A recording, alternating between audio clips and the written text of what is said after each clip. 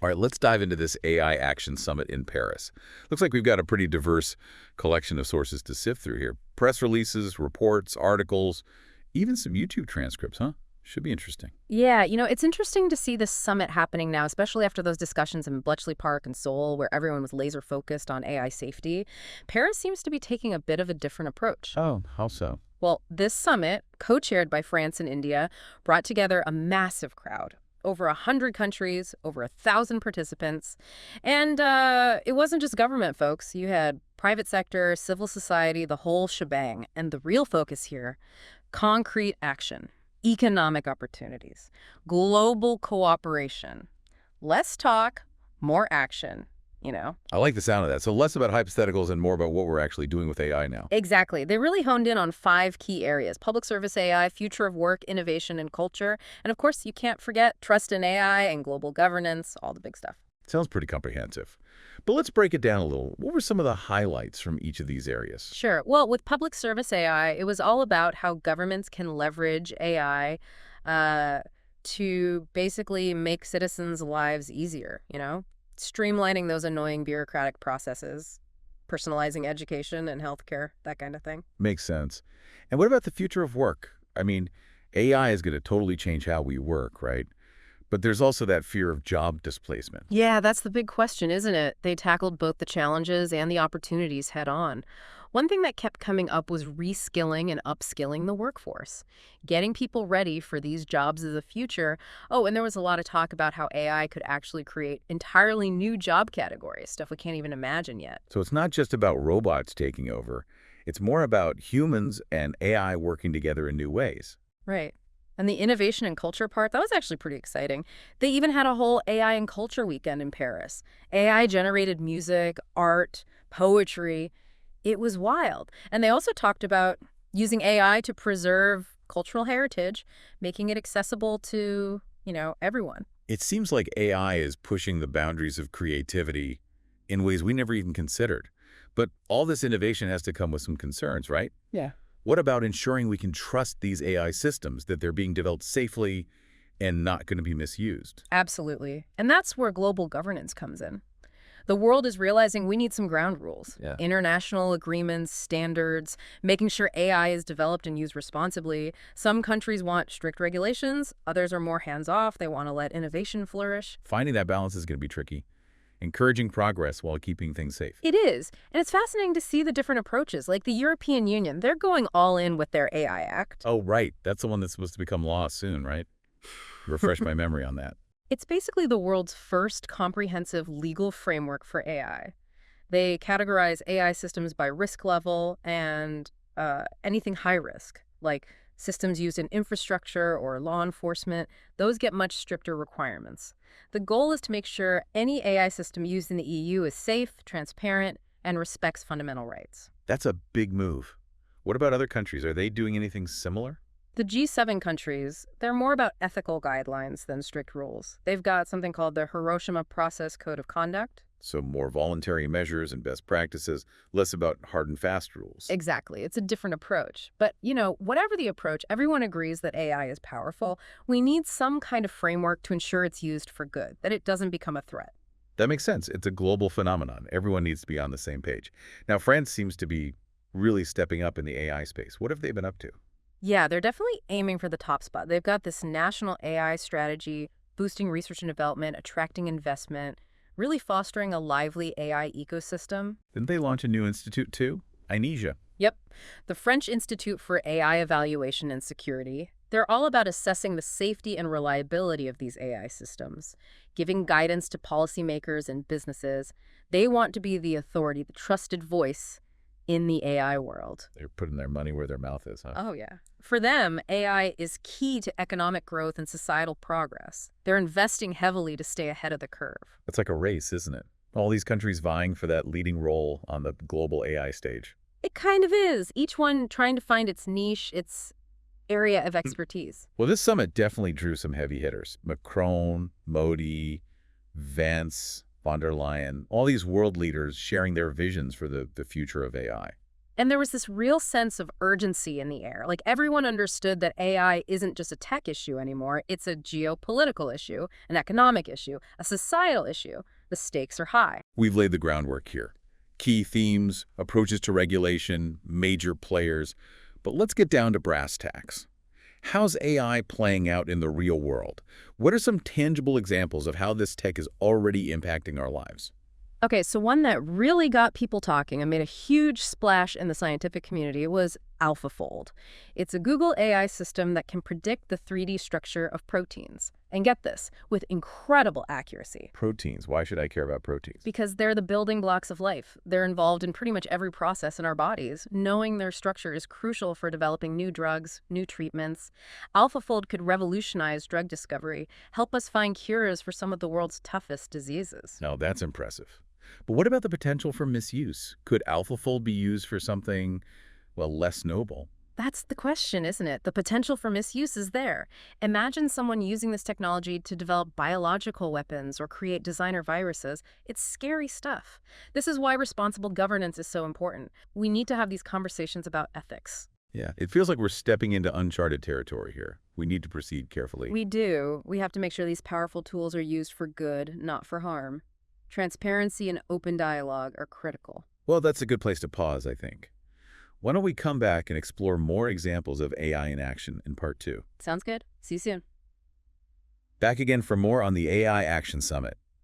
We covered a lot in part 1, but there's still so much more to explore. From AlphaFold's potential in medicine to France's AI ambitions, what else caught your eye? Well, we touched on how AI is going to revolutionize transportation. Google's Waymo project was a hot topic. They've got self-driving taxis up and running in a few U.S. cities already. Yeah, I read about that. It's amazing how far that technology has come. And they're constantly gathering data, refining those algorithms. What's exciting is the potential for accessibility, you know? People who can't drive, whether it's age or disability, could have their independence back. AI could really change the game there. That's a great point. It's easy to get caught up in the anxieties around AI, but then you see something like that and wow, the possibilities? And they were talking about Google's work on global challenges too. AI-powered tools for things like flood forecasting and wildfire mapping. Imagine being able to predict and mitigate those kinds of disasters, potentially saving lives, reducing damage. It's incredible. It's inspiring to see AI being used for such a wide range of applications. But we have to acknowledge the flip side. Right? That potential for misuse. It's a powerful tool that needs to be handled responsibly. Absolutely. We can't just focus on the good and ignore the potential risks. One thing that worries me is bias in these AI systems. If they're trained on biased data, they could perpetuate or even worsen existing inequalities. That's a valid concern. It came up quite a bit at the summit, didn't it? It did. I mean, think about it. If you've got an AI system used for loan approvals and it's trained on data that reflects historical biases against certain groups, what happens? Those groups could be unfairly denied loans. And that just reinforces the cycle of disadvantage. So how do we fix that? How do we make sure these systems are fair and impartial? Well, first, we have to acknowledge that bias exists, that it can sneak into these systems without us even realizing it. Then it's about actively trying to mitigate it, auditing data sets, making sure the teams developing these systems are diverse, and having mechanisms for accountability, so people can challenge unfair outcomes. It sounds like a tough problem to solve. It is. It's not something that's going to happen overnight. It's a long-term effort. Researchers, developers, policymakers, everyone needs to be involved. And then there's the whole issue of AI and disinformation. Fake news, deep fakes, that stuff spreads like wildfire online already. And with AI getting more sophisticated, it's a bit scary to think about what that could look like in the future. Yeah, that's definitely on everyone's radar. Imagine a deep fake video of a world leader saying something inflammatory, or a fake news report designed to sow discord. AI could be used to create incredibly realistic and very believable fakes. It's a chilling thought. So what can we do? Well, there are people working on AI-powered detection tools, but it's an arms race, really. As the detection tools get better, so do the techniques for creating those fakes. It also comes down to media literacy. People need to be aware of these deepfakes, learn how to spot them, and think critically about their sources. It's like we need a whole new set of digital literacy skills for the AI age. Exactly. And we need to be teaching these skills early on, in schools and at home. Now, you mentioned how AI is going to impact the future of work. I think it's safe to say it's going to be a major transformation, but a lot of people are scared. They're worried about robots stealing their jobs. What's the reality there? I get it. People are apprehensive. All this talk about robots and automation. Will AI automate some tasks? Sure. Will some jobs be displaced? Probably. But it's not the whole story. So it's not as simple as robots are taking over. Nope. Not even close. First of all, AI is creating new jobs too, roles we haven't even conceived of yet. And it's enhancing existing jobs, making them more efficient, maybe even more fulfilling. Think of doctors using AI for more accurate diagnoses, architects designing more sustainable buildings with the help of AI. So it's more about collaboration, humans and AI working together, augmenting each other's capabilities. Exactly. It's about designing AI systems that work with us, not against us, complementing our skills and making us better at what we do. That's the idea behind human-centered AI. I like that. Human-centered AI. It's a good way to put it. It's about putting people first, recognizing that AI is a tool. And like any tool, it can be used for good or bad. The choice is ours. We have the power to shape this technology, how it's used, how it's integrated into our world. That's a lot of responsibility. It is. And that's why events like this summit are so important. They bring people together, get those conversations going, different perspectives, different ideas, working towards a common goal, a responsible AI future. Speaking of responsible AI, we talked about AlphaFold and its potential in medicine. Any other examples of what they call AI for good that really stood out? Oh, tons. There was this incredible story about a guy named Thomas. He used Google's AI chatbot, Gemini, to help find a cure for his son's rare disease, Alexander disease. Wow. Tell me more. Thomas was determined. He used Gemini to analyze research papers, connect with scientists all over the world.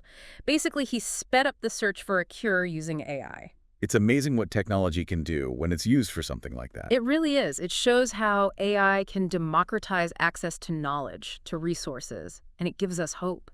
Even when faced with seemingly impossible challenges, AI can be a force for good, a force for change. So it's not all doom and gloom, right? Yeah. There's a lot of positive potential here. But we have to be mindful of the risks, work together to ensure AI is used ethically for the benefit of everyone. You got it. The future of AI isn't set in stone. We get to shape it. And on that note, why don't we take another pause and come back for our final thoughts in part 3. And we're back for our final look at the AI Action Summit. We've talked about the potential, the risks, even specific examples of AI in action. But now I think it's time to zoom out a little, Think about the bigger picture. What does all this mean for the world? Yeah, it's a good point. This isn't just some tech upgrade. It's a fundamental shift, a societal transformation. It's going to touch every aspect of our lives.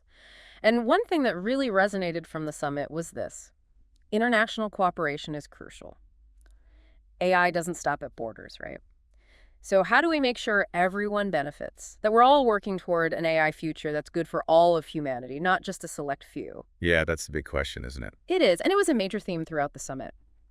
There's this growing sense that we need global frameworks.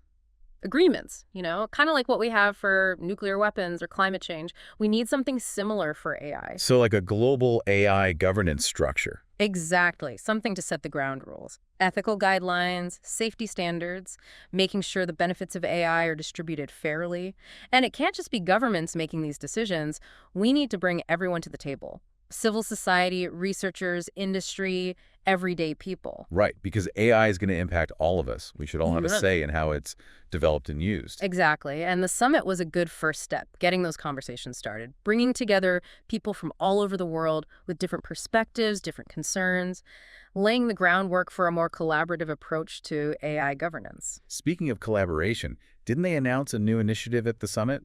The Coalition for Sustainable Artificial Intelligence. Yeah, that was a big one. It's a partnership between France, the UN Environment Program, and the International Telecommunication Union, and their focus, making sure AI development is environmentally friendly and socially responsible. Okay, so what will they actually be doing? Well, a big part of it is reducing AI's carbon footprint. They'll also be working on AI solutions to environmental problems, things like climate change, and making sure AI is used ethically in developing countries. Basically, they want to make sure AI benefits both people and the planet. I like that. Sustainable AI, making sure it's used for good, not just for profit. right? And making sure this AI revolution doesn't make existing inequalities worse or create new ones. Now, we've talked a lot about Google, but there were tons of other players at the summit doing amazing work. Oh, for sure. One that I thought was really interesting was Current AI. Current AI, what do they do? They're a public interest partnership, Yeah. and they're all about making AI development open and accessible. Their whole thing is that AI should be a force for good, and they're working to make sure everyone can benefit from this technology, not just big tech or wealthy nations. That's great. Everyone deserves a seat at the table. How do they go about doing that? They do a lot of different things. One is developing open source AI tools and resources that anyone can use. And they also work on capacity building in developing countries, training people in AI skills, helping them use AI to tackle local problems. It's really inspiring to see organizations like that stepping up, making sure everyone has access to the power of AI. It is. And, it reminds us that AI isn't some mysterious force out there. We're creating it. It's a reflection of our values, our choices, and it's up to us to decide what kind of AI future we want. That's a powerful thought. So as we wrap up this deep dive, I want to turn to you, the listener. What are your takeaways from the AI Action Summit? What are your hopes and fears about this AI-powered future? Because ultimately, the choices we make today are going to shape the world of tomorrow. We've seen how AI can be a force for good, solving global challenges, pushing the boundaries of human ingenuity.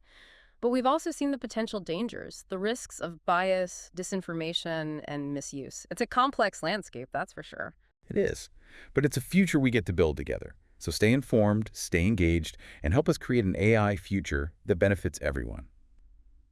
Thanks for joining us on this deep dive. Until next time, keep exploring, keep questioning, and keep learning.